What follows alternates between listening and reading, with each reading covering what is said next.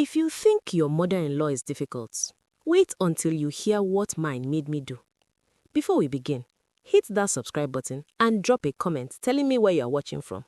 Trust me, you will want to be part of this community after hearing this story.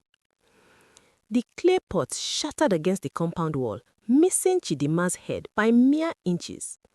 Mama Nkem stood in the doorway, chest heaving, eyes blazing with 7 years of accumulated fury. "Barren woman, useless wife, you have turned my son into a laughingstock." Chidima's hands trembled as she swept the broken pieces, each shard a reminder of her failure.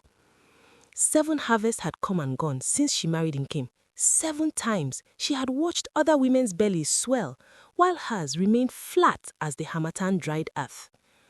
"Mama, please," Nkem's voice came from behind his mother, strained and tired. "This is not the way." "Not the way?" Mama Nkem wailed on her son. "Then what is the way, Nkem? Should I watch our family name die? Should I let the ancestors curse us because you have no heir?"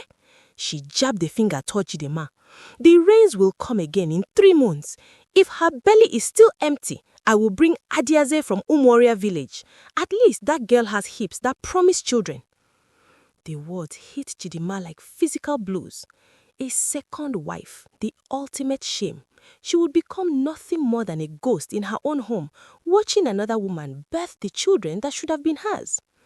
Mama Nkem stormed out, leaving silence thick as palm oil in her wake. Nkem crossed the compound and knelt beside Chidima, his hands covering hers. "Look at me." She couldn't. Tears blurred her vision, dripping onto the broken pottery. "Chidima, look at me." His voice was gentle but firm. When she finally raised her eyes, she saw the pain in his face, the love that had somehow survived 7 childless years. "I married you, not your womb, not potential children, you." "But your mother." "My mother is afraid of what the village says, afraid of disappointing the ancestors, but I am not afraid of loving you." He pulled her close and she buried her face in his shoulder, breathing in the familiar scent of him, palm wine and honest sweat. His lips found her forehead, then her temple, then her lips, kissing her with desperate tenderness that spoke of his own fears, the weight of tradition pressing down on them both. "I will not take another wife," he whispered against her mouth. "I swear it on my father's grave." But Chidima heard what he couldn't say aloud.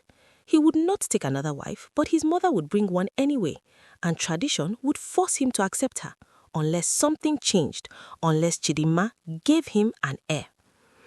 That night, long after Nkem's breathing had deepened into sleep, Chidima lay awake, staring at the rafters. The moon cast silver shadows through the window, and in those shadows, a plan began to form. Desperate, dangerous, but what choice did she have? 3 days later, she began her deception. She started small. A hand pressed to her stomach during meals, a sudden aversion to bitter leaf soup which she had always loved. She let herself grow pale, claiming dizziness, and Nkem's concern bloomed into something else, hope. "Chidima," he said one evening, catching her hand. "Could it be? Could you be with child?" She met his eyes, saw the naked longing there, and felt her heart crack. I don't want to say, not yet. It's too early. We've been disappointed before." But she had never been pregnant before. This was the first lie, and it tasted like ash on her tongue. "I will wait," he said, pulling her into his arms, kissing her hair, her cheeks, her lips with renewed passion. "I will wait forever if I must." The next morning, she stuffed cloth into her wrapper, just a little, barely noticeable. By the following week, she had added more. Her movements became more careful, more deliberate. She placed a hand protectively over her stomach when she walked. Mama Nkem noticed first. "What is this?" The old woman's eyes narrowed, scanning Chidima from head to toe. "Your wrapper sits differently." Chidima took a deep breath. This was the moment. "Mama, I did not want to speak too soon. I did not want to raise hopes that might be crushed. But I believe I am carrying your grandchild." The compound went silent. Even the chickens seemed to stop their clucking. Then Mama Nkem moved faster than Chidima had ever seen her move, pulling her into a fierce embrace. "The gods have finally heard us. The ancestors have shown mercy." She released Chidima and shouted toward the main house. Inkem, come quickly." Inkem emerged, confusion giving way to wonder as his mother explained. He looked at Chidima, questions in his eyes, but she nodded, and Inkem swept her up, spinning her around, laughing with pure joy. "Careful," Mama Nkem scolded. "Put her down, you harm the baby." That evening, the compound filled with well-wishers. Women brought palm wine and kola nuts. Men clapped Nkem on the back. Children danced. And Chidima smiled until her face ached, all while the cloth padding pressed against her skin like a guilty conscience. In bed that night, Nkem's hands moved to her belly, and she caught them. "I had a dream," she said quickly. "A woman dressed in white came to me and said the child's chi is strong but protective. No man should touch me there until the baby comes, or the pregnancy will not hold." Nkem's hand stilled. "A dream? What kind of woman?" "I don't know. Her face was covered, but her voice was ancient. She knew things, Nkem. She knew about our struggles, about your mother's threats. She said this child is a gift, but gifts come with conditions." Chidima's voice dropped to a whisper. "We cannot risk losing this blessing." Nkem withdrew his hand slowly, settling beside her instead.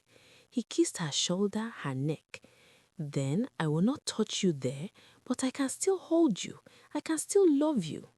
"Yes," she breathed, relief flooding through her. "Yes, you can." The moons passed. Chidima's padding grew thicker. She moved with extravagated slowness, one hand always cradling her false belly. The village women showered her with advice, remedies, predictions. Would it be a boy? Of course a boy. The way she carried it, high and proud, definitely a son for Nkem's lineage. But as the 8th moon approached, Chidima's panic grew. What would happen when the 9th moon came and went? What would she do when there was no baby to present? The lies had built a prison around her, and the walls were closing in. She began waking before dawn, sick with dread. Nkem would stroke her back, whispering comfort, and each tender touch was a knife in her heart. Then, one night, as she lay sleepless, a memory surfaced. Years ago, her grandmother had spoken of Ajo Ohia, the forbidden forest at the edge of their lands. "Strange things happen there," the old woman had said. "The boundary between our world and the spirit world grows thin. People leave offerings at the shrine of Agunsi. Some leave prayers. Some leave other things. Other things." The thought came fully formed, terrible and perfect. Women who couldn't keep their babies sometimes left them at the shrine, hoping the deity would give the children a better fate. It was whispered about, but never discussed openly. Abomination, sin, but also sometimes salvation. If someone had left a baby there, and if she could find it, no. The thought was madness. Chidima pushed it away, but it returned stronger each day, until finally she could resist no longer. On the night of the 8th moon, she waited until Nkem's breathing deepened. She slipped from their bed, moving through the dark compound like a shadow. The path to Ajo Ohia was one no sane person walked, especially at night, but Chidima had moved beyond sanity months ago. The forest rose before her, ancient and menacing. Twisted Iroko trees blocked out the moonlight. The silence was absolute, pressing against her ears until she heard her own heart beat like a drum. Every step felt like walking deeper into a nightmare, but she pushed forward, following the path her grandmother had once described. The shrine appeared suddenly, a clearing where carved wooden figures stood in a circle around a central altar. And there, placed carefully at the altar's base, was a woven basket. Chidima's breath caught. She approached slowly, afraid to hope, afraid to look. But when she peered inside, a tiny face looked back at her. A baby girl, perhaps 3 months old, wrapped in faded cloth. Around her neck hung a single cowrie shell on a string. The child didn't cry. She simply watched Chidima with dark, knowing eyes that seemed far too aware for an infant. "Why would anyone leave you here?" Chidima whispered, reaching into the basket. The moment her fingers touched the baby, warmth spread through her hands. The child was real, alive, perfect. Chidima looked around the clearing, but they were alone. Whoever had left this baby had already gone. The child had been abandoned to the spirits, and if she took her, who would know? Who would care? Forgive me, she whispered to the carved deities, to the absent mother, to the gods themselves. Forgive me, but I am drowning and you are my breath. She lifted the baby from the basket and ran. The journey back was a blur of fear and adrenaline. By the time she reached the edge of the village, dawn was breaking. She went straight to the small hut where women gave birth, the one kept separate from the main compounds. She had prepared it weeks ago, telling everyone she wanted privacy for the delivery. She laid the baby on the mat and began to scream. The sound brought women running. They found Chidima on the floor, the baby beside her, both covered in chicken blood she had hidden in a calabash for this very purpose. It happened so fast, Chidima gasped between sobs. I woke with pains. I tried to make it to the birthing hut. An old woman appeared. I've never seen her before. She helped me deliver and vanished like smoke. Is the baby well? The women swooped in, checking the infant, cleaning her, wrapping her in fresh cloth. A girl, a healthy girl. Chidima, you have done well. Mama Nkem arrived, and for the first time since Chidima had known her, the old woman wept with joy. My granddaughter, finally, my granddaughter. Nkem came last, and when he saw the baby in Chidima's arms, his face transformed. He knelt beside them, touching the infant's tiny hand with one finger. The baby gripped it, and he laughed, a sound of pure wonder.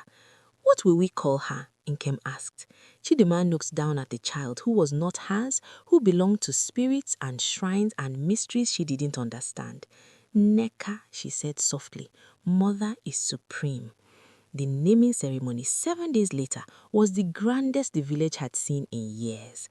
Palm wine flowed, drums thundered, dancers filled the compound, and through it all, baby Neca never cried, not once. Only Nkem seemed to notice. That night, after the guest had gone, he held his daughter close, studying her face. She's so quiet. Is that normal? Chidima said quickly, but her own unease was growing.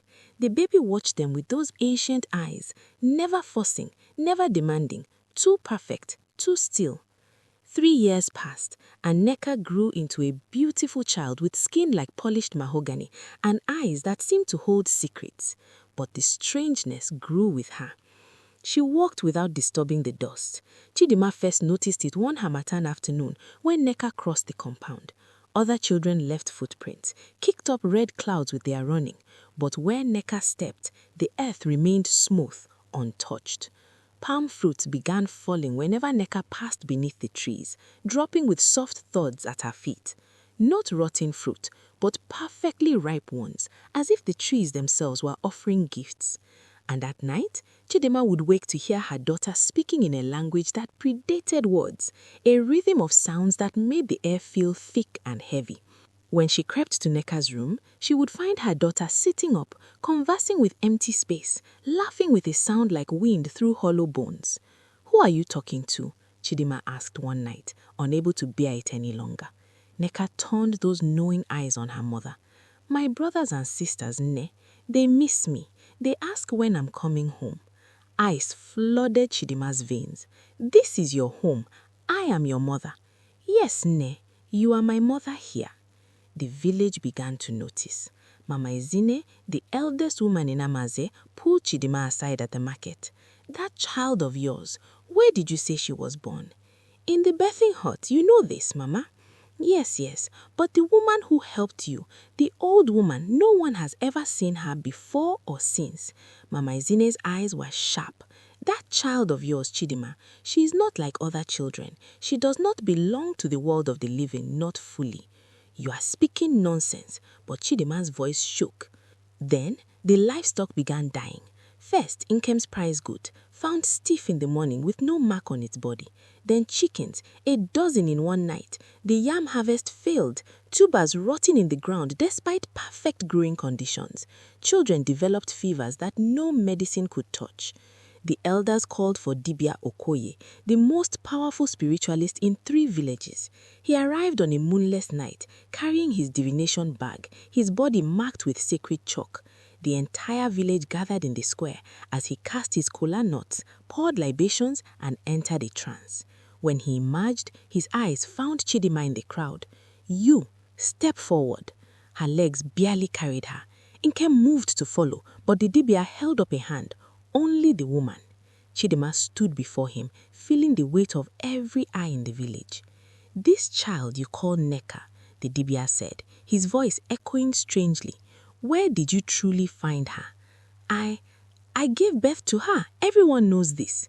"Do not lie to the spirits. They have already shown me the truth." He pointed at her with a staff carved with serpents. "You took her from the shrine of Agunsi. She is Noanson, a dedicated child, left there to pay an ancestral debt. By stealing her, you have broken covenant with the deity. The calamities we suffer are because the balance has been shattered."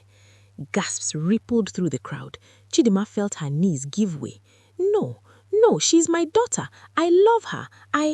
Love does not change what is." The Dibia's voice cracked like thunder.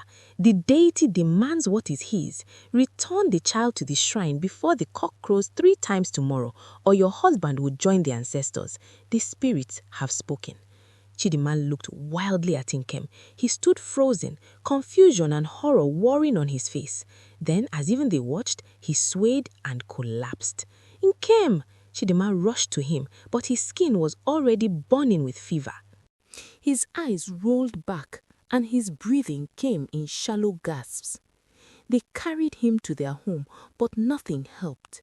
Medicine men came and went, shaking their heads. Herbs had no effect. By nightfall, Nkem's lips had turned blue, and his pulse fluttered weak as a dying bird. Chidima sat beside him, holding his hand, her mind fracturing. 3 years. She had loved Neca for 3 years, raised her, sang to her, been her mother in every way that mattered. But Nkem was her husband, her first love, the man who had chosen her despite her barrenness.